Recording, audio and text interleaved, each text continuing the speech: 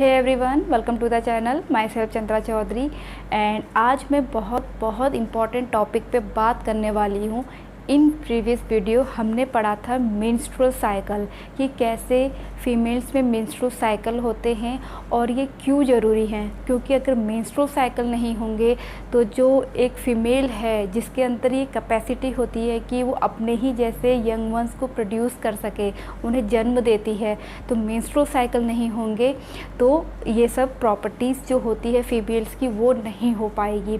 तो आज उससे ही रिलेटेड एक मोस्ट इम्पॉर्टेंट टॉपिक है मेंस्ट्रुअल हाइजीन। ठीक है, ये बहुत इम्पॉर्टेंट है कि इसके लिए अवेयरनेस फैलाने के लिए कि फ़ीमेल्स में कि इसकी क्या इम्पोर्टेंस होती है मेंस्ट्रुअल हाइजीन की। तो चलिए वीडियो में अंत तक बने रहिए, क्योंकि आज आप कुछ ना कुछ अच्छा सीख के जाएंगे। ओके, अगर मैं सबसे पहले बात करूं तो जो मेंस्ट्रुअल साइकिल है, ठीक है, वो वीमेंस में 28 डेज़ का होता है। ठीक है, और जो मेंस्ट्रुएशन होता है मीन्स ब्लीडिंग होती है वो 5 डेज तक होती है। तो मीन्स मेंस्ट्रुअल साइकिल जो होगा वो 28 डेज़ का होता है, एंड जो मेंस्ट्रुअल ब्लीडिंग होती है वो 5 डेज़ तक रहती है। तो ये जो न्यूमेरिक नंबर हैं मीन्स 5 एंड 28, इन दोनों को मिलाकर ही एक डे डिसाइड किया गया है। मीन्स 28 मई का मतलब 5th मंथ। तो 28 मई को कहा गया है मेंस्ट्रुअल हाइजीन डे। ठीक है, समझ में आ गया। ओके, अब आपको पता भी चल गया होगा कि हम 28 मई को ही मेंस्ट्रुअल हाइजीन डे क्यों सेलिब्रेट कर रहे हैं। ओके, तो चलिए वीडियो में आगे बढ़ते हैं। तो सबसे पहले हम बात करते हैं कुछ मिथ्स की जो हमारे सोसाइटी में व्याप्त हैं। तो देखिए, पहली बात, जो लेडीज़ को मेंस्ट्रुअल साइकिल होते हैं उनके प्रति समाज की क्या अवधारणा है, वो लोग क्या सोचते हैं।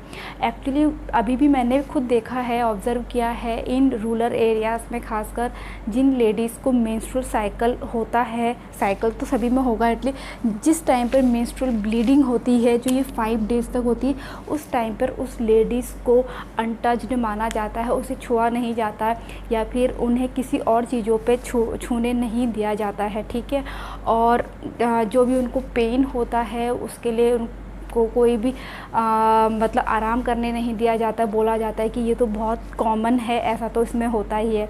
तो ये मिथ्स हैं कि जिसकी वजह से जो फीमेल्स होती है उनको कई सारी कठिनाइयों का सामना करना पड़ता है, जबकि ये एक बायोलॉजिकल प्रोसेस है। हम इससे पहले वाले जो वीडियो था उसमें हम अच्छे से इसको जान गए हैं। ठीक है, अगर अब मैं बात करूँ इफ़ेक्ट की, तो जैसे कि आपको मैंने भी बताया था कि इसको अनक्लीन माना जाएगा, अनटच्ड माना जाता है उस फीमेल को, पर्टिकुलर जो फीमेल्स होती हैं।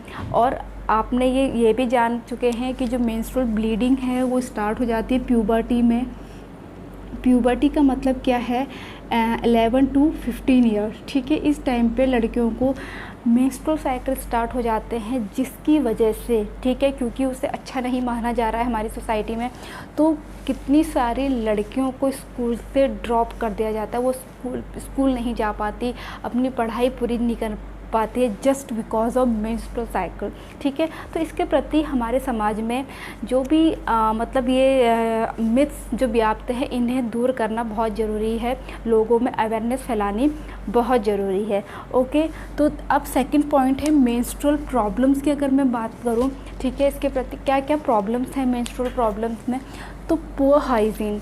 ठीक है, तो जो गर्ल्स होती है उनको इसके बारे में नहीं पता होता है कि जो मेंस्ट्रुअल होता है, ब्लीडिंग होता है, वो एक प्रकार से उसमें गंदगी होती है। हालांकि बॉडी के जो गंदी चीज़ होती है वही बॉडी से गेट रिड ऑफ होती है, उसमें बहुत सारे बैक्टीरियाज होते हैं। तो उस टाइम पर जिस पर मेंस्ट्रुएशन हो रहा होता है, ब्लीडिंग हो रही होती है, वहाँ पर बहुत ज़्यादा केयरफुल होने की ज़रूरत होती है, अपने आप को क्लीन रखने की ज़रूरत होती है। ठीक है, तो ये प्रॉब्लम है, तो लोग जैसे कि सैनिटरी पैड यूज़ नहीं करते, ठीक है, और उसको नैपकिन को टाइम टू टाइम चेंज नहीं करते, जिसकी वजह से उसमें क्या जो भी फंगस वगैरह या फिर बैक्टीरिया जो पनप जाते हैं, और उससे बहुत मेजर प्रॉब्लम्स भी हो सकती है, वेजाइनल इन्फेक्शन हो सकता है, कैंसर जैसी बीमारी भी हो सकती है। इसलिए मेंस्ट्रुअल हाइजीन डे रखा गया है ताकि जो फीमेल्स हैं उनको इसके प्रति जागरूक किया जाए। और दूसरा है पेनफुल। बहुत सारे फीमेल्स ऐसी होती हैं, मैक्सिमम फीमेल्स एक्चुअली मैं बोलूँगी कि होती हैं कि जिनको इस दौरान बहुत ज़्यादा क्रैम्प होता है, जो नीचे का पेल्विक एरिया से लेके पूरा नीचे टोस तक एक्चुअली वहाँ तक बहुत ज़्यादा क्रैम्प फील होता है। किसी को ये माइनर भी हो सकता है, किसी को बहुत ज़्यादा भी ये होता है। तो जैसे कि मैंने अभी मिथ्स में बताया कि इसके प्रति कोई ध्यान नहीं दिया जाता, जो इसके प्रति अवेयरनेस नहीं होते। बोला जाता है कि हाँ ये तो होता रहता है, बट नहीं, वहाँ पर किसी भी गर्ल्स को कोई किसी भी तरह का पेन सहने की ज़रूरत नहीं है। वो हल्की फुल्की एक्सरसाइज कर सकती है, ठीक है, और पेन किलर ले सकती है उस टाइम पर अपने पेन को दूर करने के लिए, ठीक है। जबकि दवा लेने से भी मना कर दिया जाता है, क्योंकि बोला जाता है कि इससे आने वाले टाइम पर प्रॉब्लम्स होंगी, बट ऐसा कुछ नहीं होता। अब आपको क्यों सहना है वो पेन, ठीक है, तो आप उस वक्त पर पेन किलर यूज़ कर सकती हैं और हल्की फुल्की कुछ राइट एक्सरसाइज, ठीक है, ये भी नहीं कोई भी एक्सरसाइज, जो ऐसी एक्सरसाइज हमें करनी चाहिए जहाँ पर इससे रिलीफ मिले, ठीक है। तो चलिए अब बात करते हैं मेंस्ट्रुअल हाइजीन की, कैसे आप मेंस्ट्रुअल हाइजीन को मेंटेन कर सकते हैं। तो यहाँ पर पहला पॉइंट है take bath and clean yourself regularly, ठीक है, मीन्स रोज़ नहाना चाहिए, ये तो कॉमन सी बात है, ठीक है, मेंस्ट्रुअल साइकिल हो या ना हो तो रोज़ नहाना चाहिए। और दूसरी बात, अपने आप को साफ़ रखना चाहिए रेगुलरली, ठीक है, ओके। सेकंड पॉइंट है keep your pubic area clean with water and under garments dry, ठीक है, मीन जो प्यूबिक एरिया होती है उससे क्लीन रखना चाहिए विथ वाटर। मैंने यहाँ पर विथ वाटर लिखा है, क्यों लिखा है, बहुत इंपॉर्टेंट है। देखिए आजकल आपने टीवी में एडवर्टीज़मेंट देखे होंगे, वी वॉश है, ठीक है, वी वॉश है या फिर क्लीन एंड ड्राई है, इस टाइप के एडवर्टीज़मेंट आते हैं। बट अगर आप किसी डॉक्टर से रिकमेंड करोगे तो इन सब की यूज़ के लिए नहीं बोला जाता है। क्यों? क्योंकि जब हमने फीमेल रिप्रोडक्टिव सिस्टम पढ़ा था वहाँ पर मैंने बताया था जो वेजाइनल एरिया है, ठीक है, यहाँ पे सर्विक्स होता है, ये वेजाइनल जो कैनाल है, वहाँ पर हम जो वेजाइना होता है फीमेल का वो अपने आप को खुद मेंटेन रखता है। क्यों? क्योंकि यहाँ पर एक बैक्टीरिया होता है, ठीक है, और वो बैक्टीरिया क्या होता है, लैक्टोबैसिलस होता है, जो क्या करता है यहाँ पर एसिडिक मीडियम प्रोवाइड कराता है इस वेजाइनल कैनाल को, ताकि कोई भी बैक्टीरिया अगर आए वो उसको किल कर सके। तो एक प्रकार से जो फीमेल रिप्रोडक्टिव सिस्टम का वेजाइनल कैनाल है वो अपने आप को खुद मेंटेन रख रहा है, ठीक है, उसका एक अपना मैकेनिज़्म है ताकि कोई भी बैक्टीरिया यहाँ ना एंटर कर पाए। लेकिन जब ये सब चीज़ें एक्स्ट्रा चीज़ें यूज़ की जाती है, या अगर मैं बोलूँ सोप वगैरह यूज़ किया जाता है, तो वो बैक्टीरिया क्या हो जाते हैं, लैक्टोबैसिलस जो बैक्टीरिया ऑलरेडी प्रेजेंट है वो क्या करते हैं, वो ये क्या करेंगे, उसको किल कर देते हैं। तो एक प्रकार का जो इसका एक नेचुरल मैकेनिज़्म है वो ख़त्म हो जाता है। इसलिए हाँ, आप अगर यूज़ करना है तो वीकली में 1 time and 2 time is more than enough use कर सकते हैं, बट वहाँ पर हमें ज़्यादा रेगुलरली यूज़ नहीं करना चाहिए, ठीक है, वाटर ही यूज़ करना चाहिए वेजाइनल वॉश के लिए। तो उसके बाद से change sanitary pads after every 4 to 5 hours as per requirement, ठीक है।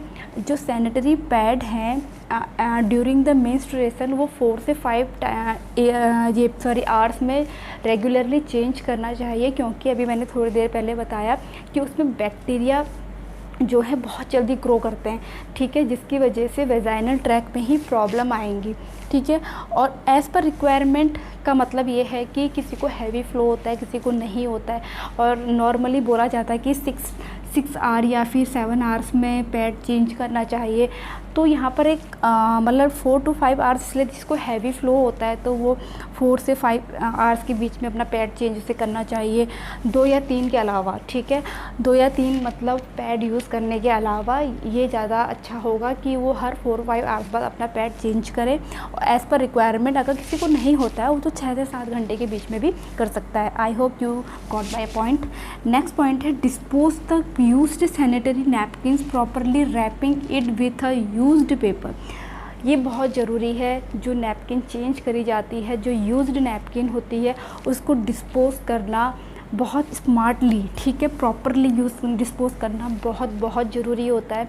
क्योंकि अगर उसको हम खुले में छोड़ देंगे, क्योंकि उसमें बैक्टीरिया है, तो उससे आसपास जो भी एरियाज़ होंगी वो भी डर्टी हो जाएंगी, ठीक है।